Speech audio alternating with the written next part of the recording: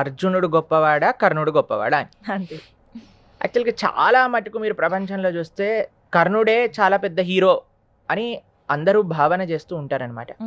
కర్ణుడిని చాలా సపోర్ట్ చేసి దాన వీర శూర కర్ణ అని అంటూ ఉంటారు. అవును.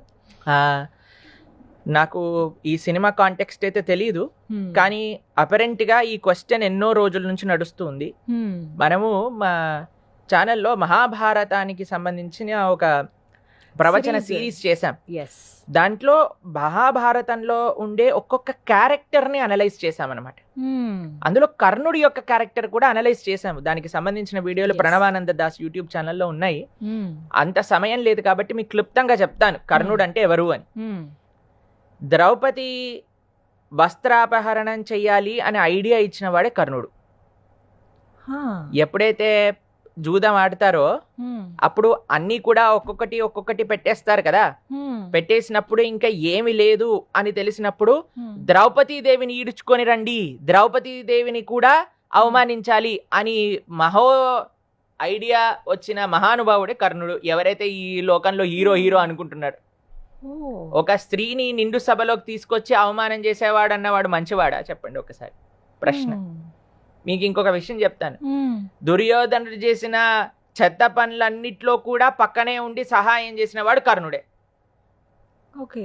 లాక్షాగృహానికి పంపించినప్పుడు, దహనం చేసినప్పుడు, మిగతా అన్నిట్లలో కూడా ఆయన ఏమి మాట్లాడకుండా మౌనాన్ని వహించారు. ఇంకో విషయం చెప్తాను. ఎప్పుడూ కూడా తన సొంత గొప్పతనాన్ని ప్రదర్శించుకోవాలి అని కర్ణుడి యొక్క భావన. ఇప్పుడు ఈ ప్రపంచంలో చెప్పండి, తన గొప్పలు తాను చూపించుకోవాలి అనుకునేవాడు మంచివాడు అవుతాడా? Nobody will like him. మీకు ఒక ఎగ్జాంపుల్ చెప్తాను. కౌరవులు పాండవులు అందరూ కూడా ద్రోణాచార్యుల దగ్గర నుంచి చదువుకున్నారు.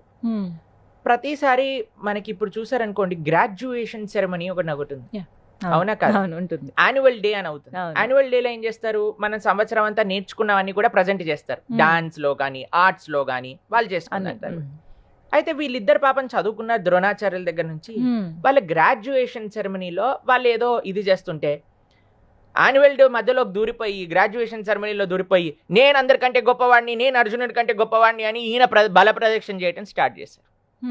అయితే అయ్యా ఇది బల ప్రదర్శన చేసే కార్యక్రమం కాదు, మా పిల్లలు మా గురుకులంలో మా స్కూల్లో ఏం నేర్చుకున్నారో ఒకళ్ళనొకళ్ళు చూపిస్తూ ఉన్నారు అని చెప్పినా సరే నేను యుద్ధం చేస్తా అనగానే ద్రోణాచార్యులు అన్నాడు, అసలు నువ్వెవరివి యుద్ధం చేయడానికి, నీకు అర్హత లేదు, పో అని చెప్పారు. ఎందుకంటే వెన్ ఏ పర్సన్ ఆయన యొక్క గొప్పతనాన్ని ప్రూవ్ చేసుకోవాలి, ఎక్కడ అవుట్ ఆఫ్ కాంటెక్స్ట్ ప్లేస్. అదే నువ్వు యుద్ధంలో గొప్పతనాన్ని ప్రూవ్ చేసుకో ఏమైంది, అలా కాకుండా నేను ఇక్కడే ప్రూవ్ చేస్తా అందరికంటే గొప్పవాడిని అని అనుకునే మనస్తత్వం కర్ణుడి. కానీ అంటే ఒక సెన్సిటివ్ పార్ట్ కూడా ఉంది కర్ణుడికి సంబంధించి. మెల్లగా ముందుకు వెళ్దాం. అంటే ఏంటి సెన్సిటివిటీ?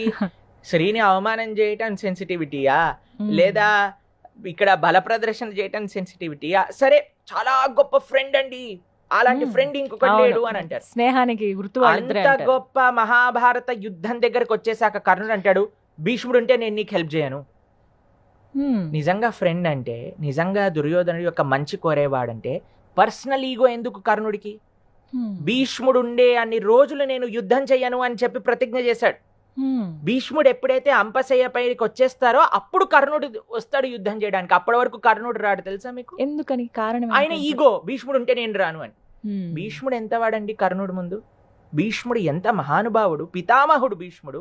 అటువంటి ఆయన ఉంటే నేను రాను అని ఇంత చిన్న పిల్లవాడు వీడు ప్రతిజ్ఞ చేసి అంత గర్వం ఆ కర్ణుడు లోపల ఉంది. మీకు ఇంకొక విషయం చెప్తాను. ఎప్పుడైతే ద్రౌపది వస్త్రాపహరణం జరుగుతుందో విదురుడు చెప్తారు ఇది తప్పు, ఇలా చేయకూడదంటే విదురుని తిడతాడు కర్ణుడు. విదురుడు ఎంత మహానుభావుడో, ధర్మాత్ముడో, జ్ఞానవంతుడో, ఎంత వృద్ధుడో మనకి తెలుసు. మహాభారతంలో కృష్ణుడు దుర్యోధనుడింటికి వెళ్లకుండా విదురుడింటికి వెళ్తాడు. అవును. విదురు పెట్టిన అట్టి పండ్ల తొక్కలను స్వీకరిస్తారనమాట కృష్ణుడు. ఆయనకు అంత ప్రేమతో పెట్టాడు కాబట్టి. అటువంటి భక్తుడిని కూడా తిడుతూ ఉంటాడు. ఆయనకి పెద్దలంటే లెక్కలేదు. ఆయన మహాభక్తుడు, మహాస్నేహితుడు అని అంటే, స్నేహితుడు అన్నప్పుడు అంత పెద్ద స్నేహం చూపించుకునే ఆపర్చునిటీ వచ్చినప్పుడు నేను యుద్ధం చేయ భీష్ముడు ఉండే వరకు అని ఈగోని మధ్యలోకి తీసుకొచ్చాడు. సరే అయ్యా ఆయన చాలా మంచి క్యారెక్టర్ ఉన్న వ్యక్తి అంటే ద్రౌపదిని తీసుకొచ్చి వస్త్రాలు చింపేయండి అని ఆదేశం చేసిన వ్యక్తి. ఎక్కడ మీ కర్ణుడిలో మంచితనం కనిపిస్తుందండి?